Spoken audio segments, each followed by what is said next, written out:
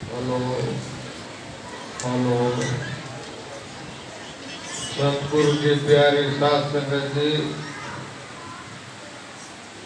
आप बड़ भागी हैं, बड़े श्रद्धा वाले हैं, बड़े प्यार वाले हो, बड़ी हिम्मत व लगन वाले हो। आपका एक एक कदम धरती पर नहीं गिरा, वो हमारे सिर मस्तक पर पड़ा है। हम याद रखेंगे, तुम भूल मत जाना। संत मिलन को चालिए तज माया अभिमान, जो जो बगा के धरे के किए उस्मान।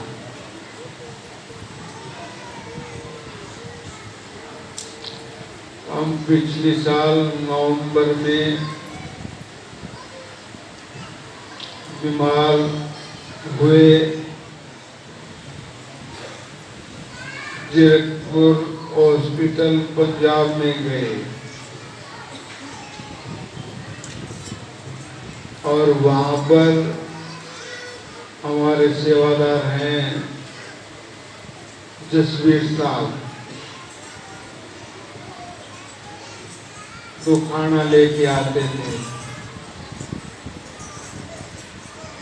तो एक दिन कहने लगे, महाराज जी, लड़के की बहू को बच्चा नहीं हो रहा,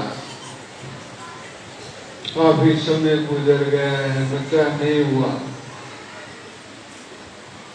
मैंने कहा चलो भाई, बच्चा भी हो जाएगा, कोई बात नहीं।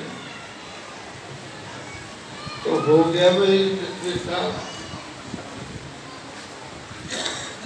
हाँ जी महाराज।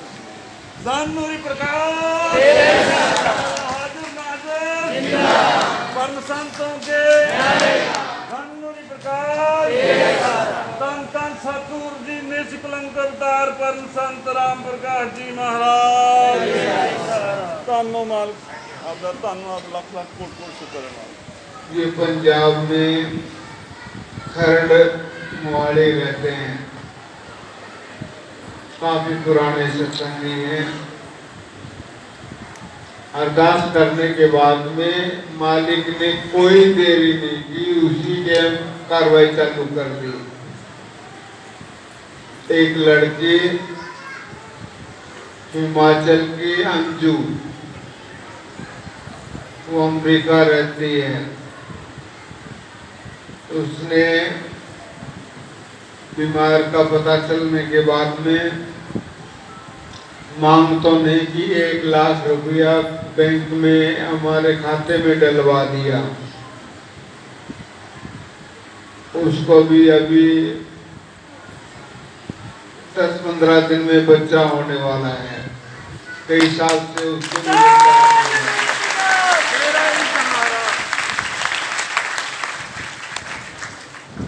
संत चाहे बीमार हो, खुशी हो या मरने वाले हो, लेकिन आशीर्वाद घर का होता है। जिसको आशीर्वाद देंगे वो फले फूलेगा। मालिक के फुल दया मेल बख्शता है। कोई मांगने में कोताही ना करे, मांगने में कोताही करेगा तो वो उसका जो है अपना कर्म है। मांगो, वो चीज मांगो जो उचित हो, जो जरूरत हो।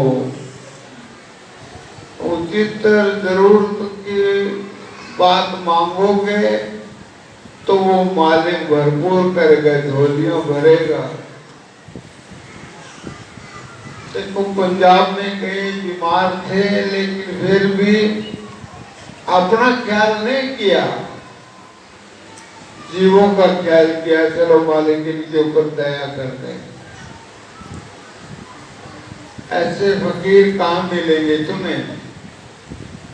ढूंढने के बाद में भी नहीं मिलेंगे। दानूरी प्रकाश परम संतों के दानूरी प्रकाश ढूंढने के बाद में भी नहीं मिलेंगे। तो जो मांगना चाहता है उसकी हिदायतें हैं, वो नाम लेकर सुमरण करे, हर सत्संग में आए और जब तक जिए तब तक सत्संग नीति को निभाए। जो सत्संग नीति को निभाएगा वही झोलियां भर पाएगा।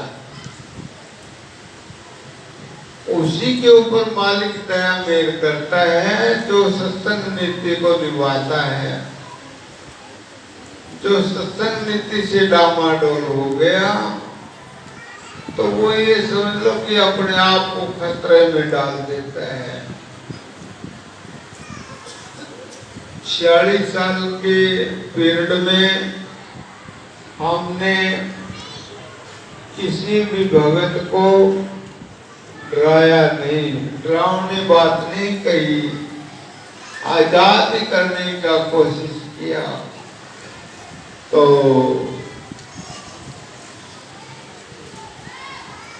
डराते तो लोगों की भीड़ लगी रहती, कह रहा अभी भीड़ बहुत है, इतने भी आते रहेंगे, बहुत है, क्या करना ज्यादा भीड़ का। संतों को ज्यादा भीड़ की भी जरूरत नहीं है। एक बार क्या हुआ, श्याम मस्ताना जी दिल्ली जा रहे हैं, सरसा से रेवाड़ी होते हुए दिल्ली जा रहे हैं। यही रास्ता होता था। रेवाड़ी में लेट हो गए तो वहां कहने लगे भाई कोई अच्छा सा कमरा देखो जिसमें हम और हमारे साथ टाइम पास कर सके, रात में काट सके।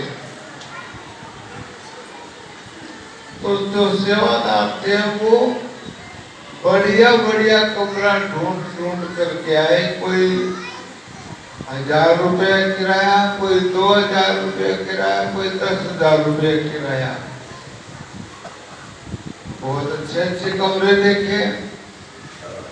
मस्ताना जी कहने लगे भाई ये कमरे हमारे काम के नहीं है।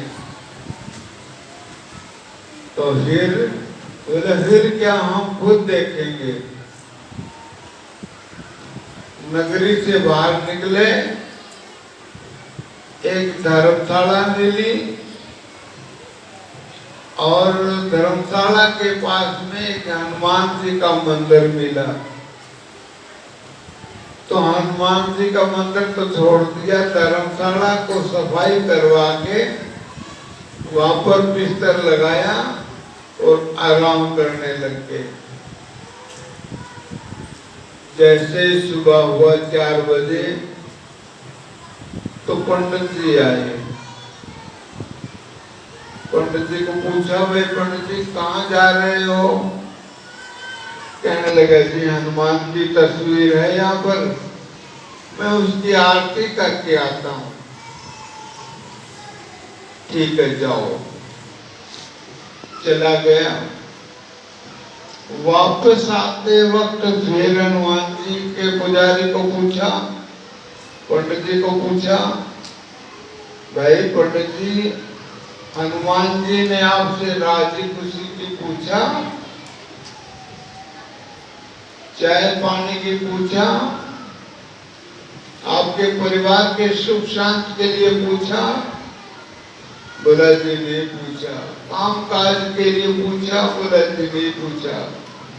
तो निर्भाग्य तो उनके पास में गया कि तो हमारे पास नहीं आता। हम तेरा को सुख शांति भी पूछते, परिवार के भी पूछते, रोटी रोजगार के लिए भी पूछते।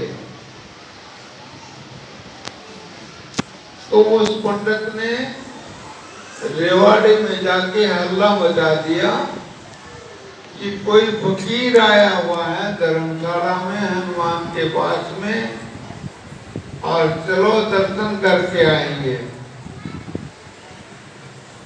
तो हजारों लोग बताते हैं हजारों लोगों की भीड़ इकट्ठी होकर श्याम मस्ताना जी का दर्शन करने के लिए चल पड़े। तो पता चल गया मस्ताना जी को कि काफी लोग आ रहे हैं। मस्ताना जी कहने लगे, भाई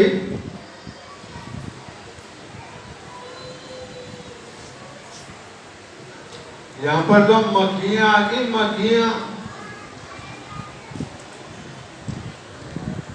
मक्खियों की जरूरत नहीं होती संतों को। भाग लो, अपना बोरी बिस्तर उठा के भागो। उनके आने से पहले ही, गांव वालों के आने से पहले ही रेलवे स्टेशन पर पहुंच गए। धर्मशाला खाली पड़ी रहेगी। तो संत को भीड़ नहीं चाहिए। संत को तो एक दिन में एक जीव मिल जाए, नाम जपने वाला वही बहुत है, वही काफी है। अभी आप लोगों को सतीश जी ने बताया कि नाम लेकर के फोन के ऊपर फायदा कराना चाहते हैं। और ये वो कह देते हैं, महाराज जी हमारा ध्यान रखियो। अरे ध्यान तुम रखोगे या तुम्हारा ध्यान महाराज जी रखेगा? तुम सुमरण करोगे तो महाराज जी सुमरण करेगा तुम्हारा नाम का। जो सुमरण करेगा उसका फायदा उसको खुद को मिलेगा, और जो सुमरण नहीं करेगा वो नरकों में भी जाएगा। संत मिला, पूर्ण संत मिला, धोखा खा गए, अपने अहंकार में चले गए। तो इसलिए अहंकार को छोड़ करके सुमरण में लगे रहो। सुमरण जी एक बात और याद आ गई मेरे को। श्याम मस्ताना जी 1952 में कहा, भाई फकीर को ज्यादा परेशानी है और तुम्हारे सुमरण की जरूरत है। सुमरण के लिए 500 आदमी की मांग है। 500 आदमी यहाँ रहेंगे और वो दिन रात सुमरण करेंगे। उनको खाने का, पीने का, पहनने ओढ़ने का कोई कमी नहीं होगी, सब कुछ मिलेगा उनको। तो 500 आदमी ठहर गए। अगले दिन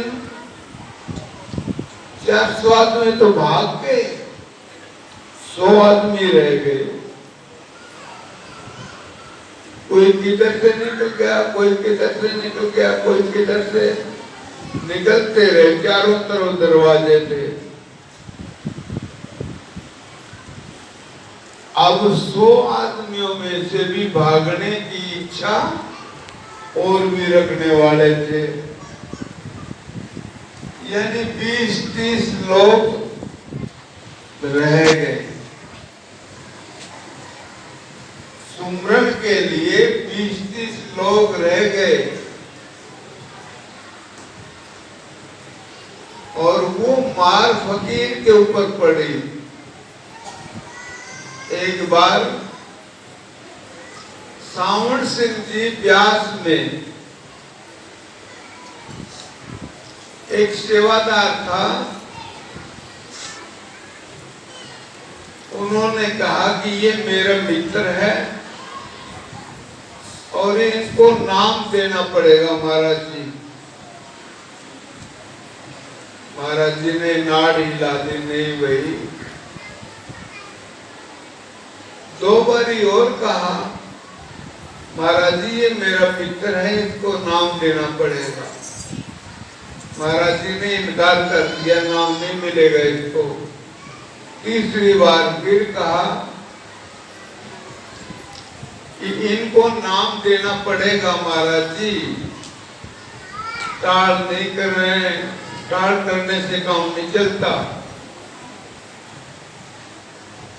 आप तो नाम देने के लिए आए हैं, पर उपकारी है, नाम दो इनको। तो मस्ताना जी ने कहा नाम मिल जाएगा, मेरी कोठी का दरवाजा खोल दो, 7 दिन तक मेरे पास कोई भी ना आए। 7 दिन कोई भी ना आए मेरे पास में, तो नाम देने के बाद में